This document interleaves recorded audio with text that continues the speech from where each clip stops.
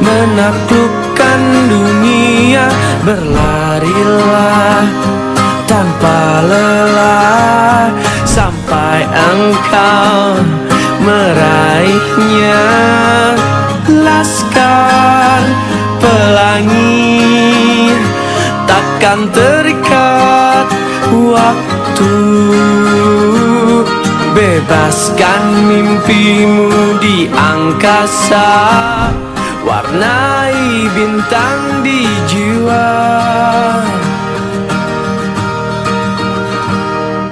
Menarilah dan terus tertawa, walau dunia tak seindah surga. Bersyukurlah pada yang kuasa. Assalamualaikum warahmatullahi wabarakatuh.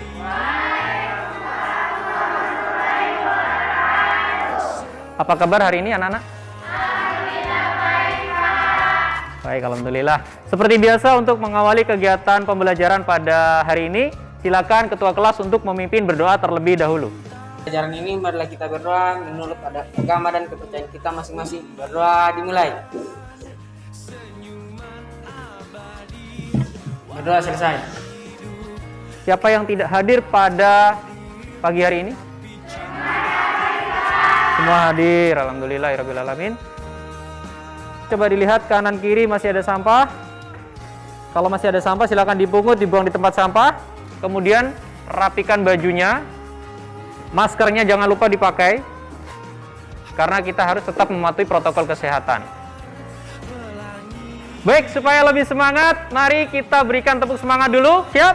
Siap. Tepuk semangat. S M K 7 bisa. Baik. Semoga lebih semangat lagi di pembelajaran selanjutnya. Ya.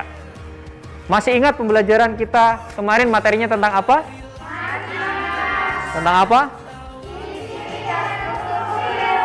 Iya, ciri-ciri dan struktur virus. Pada pertemuan kali ini kita akan membahas tentang reproduksi virus. Tapi sebelumnya, coba lihat video yang ada di depan dulu. More than 100 years ago, the French scientist Félix d'Herelle identified bacteriophages. They look like spaceships from another world, but are most fearsome killing machines. Fortunately, they leave us humans alone and target exclusively bacteria. Phages stick to their prey with leg-like fibers, which trigger their shaft to ram a needle into the bacterial hull. This punctures the envelope and injects the genetic material contained within the head, an icosahedral capsid made of proteins.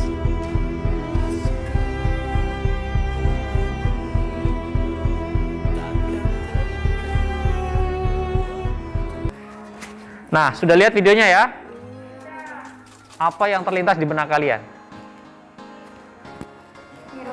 Ada virus, apalagi? Virus masuk ke bakteri, apalagi? Ada siklus. Hari ini kita akan membahas tentang replikasi dari virus atau reproduksi virus, ya. Kita akan membahas replikasi virus. Tapi sebelum masuk pembahasan, coba kita bacakan dulu tujuan pembelajaran kita hari ini. Tujuan pembelajaran kita hari ini, melalui pembelajaran luring dengan menggunakan model pembelajaran problem based learning, peserta didik dapat 1. Menganalisis proses replikasi virus dengan baik dan benar. 2. Membandingkan antara daur litik dan daur lisogenik virus dengan baik dan benar. 3. Membuat poster tentang replikasi virus dengan baik. Nah, sekarang kita masuk di kegiatan inti. Seperti biasa, pada kegiatan inti ini kita akan bagi menjadi 3 kelompok, dan tiap 3 kelompok ini akan berdiskusi bersama anggota kelompoknya untuk memecahkan masalah yang ada di LKPD. Ya, masalah itu nanti kalian akan diskusikan bersama teman kelompok, kemudian kalian presentasikan di depan. Bisa? Tapi sebelum itu saya bagikan kelompoknya ya. Kelompok 1, kelompok 2, dan kelompok 3. Silakan pilih ketuanya. Ketuanya siapa? Ya, ketua. Putri, Ketua, Rizka. Silakan nanti setelah berdiskusi kalian presentasikan di depan. Waktunya nanti saya beri waktu 15 menit untuk berdiskusi, kemudian presentasi 5 menit. Ya.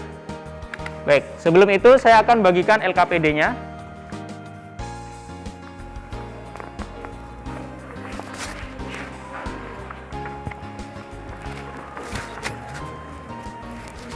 Kelompok 1 ada kesulitan mungkin.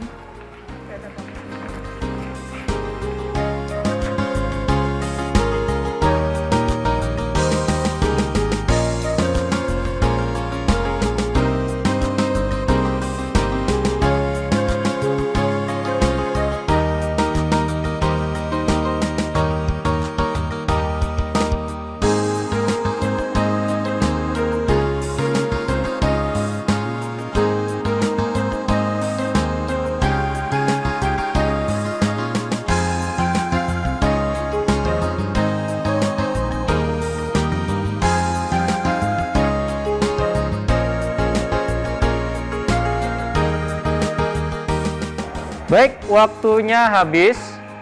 Nah, sekarang silakan kelompok 1 untuk mempresentasikan hasil diskusinya. Assalamualaikum warahmatullahi wabarakatuh.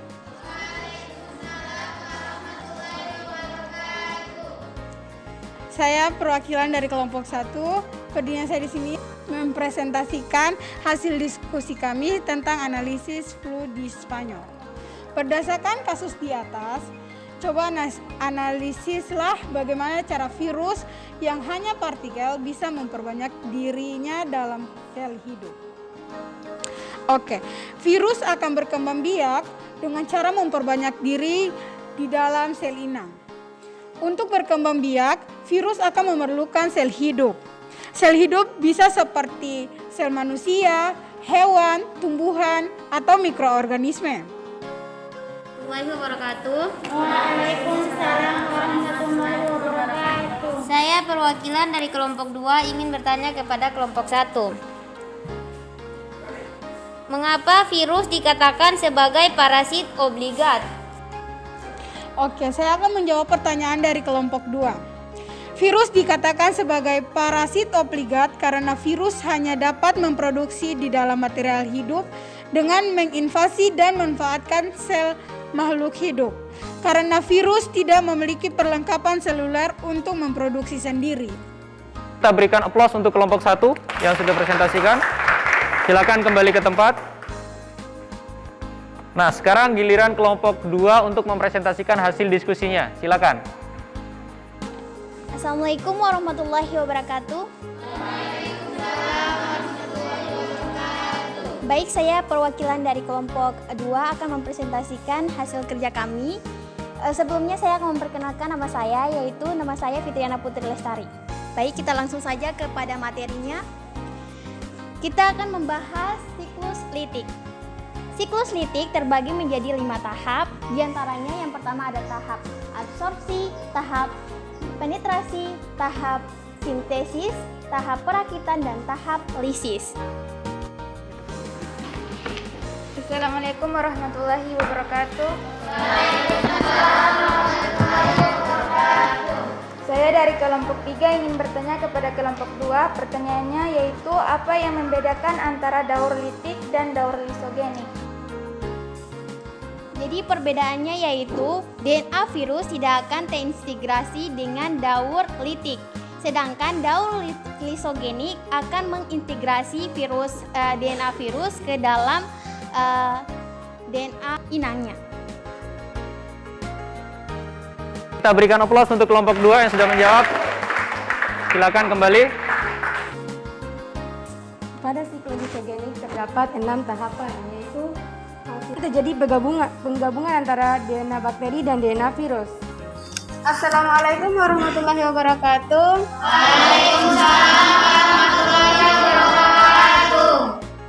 Saya perwakilan dari kelompok 1 ingin bertanya kepada kelompok 3. Pada siklus lisogenik terjadi fase penggabungan antara DNA virus dan DNA bakteri membentuk apa?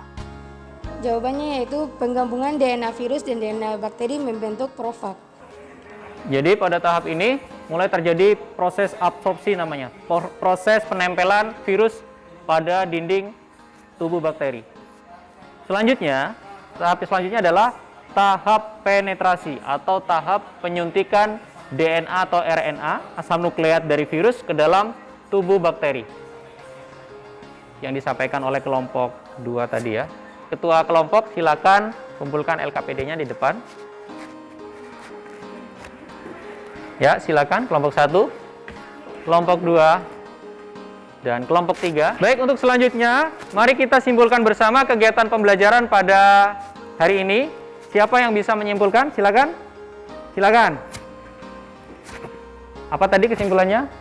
Virus akan berkembang biak Virus berkembang biak dengan cara memperbanyak diri di dalam sel inang. dengan cara memperbanyak diri Di dalam sel inang. di dalam sel inang. Untuk berkembang biak, Untuk berkembang biak, virus akan memerlukan sel hidup. virus akan memerlukan sel hidup. Sel hidup bisa seperti sel manusia, Ya, sel manusia, apalagi sel hewan, hewan, sel tumbuhan, sel tumbuhan, atau mikroorganisme. atau mikroorganisme.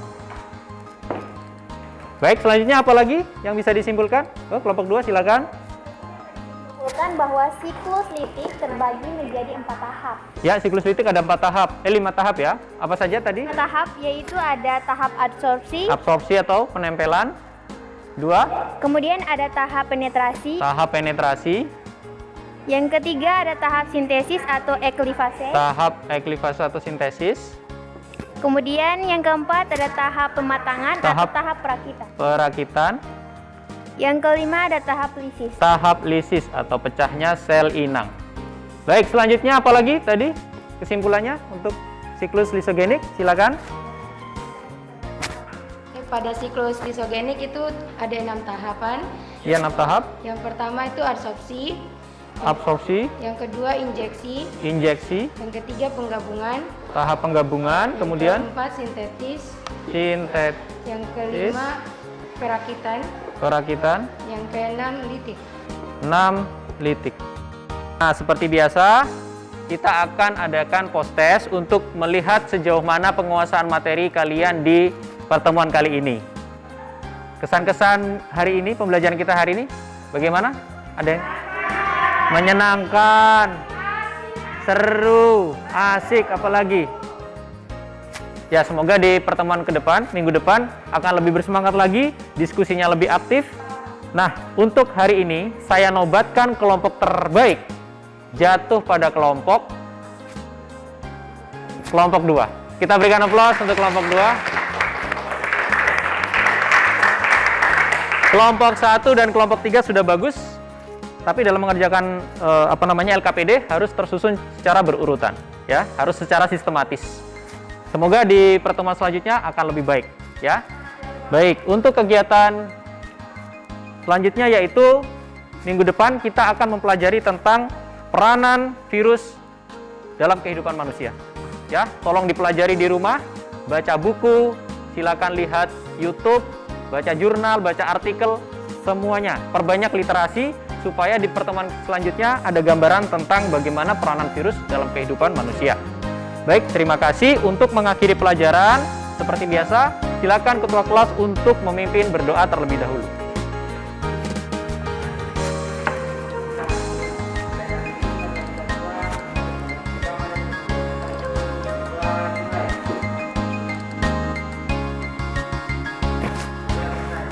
Baik, terima kasih.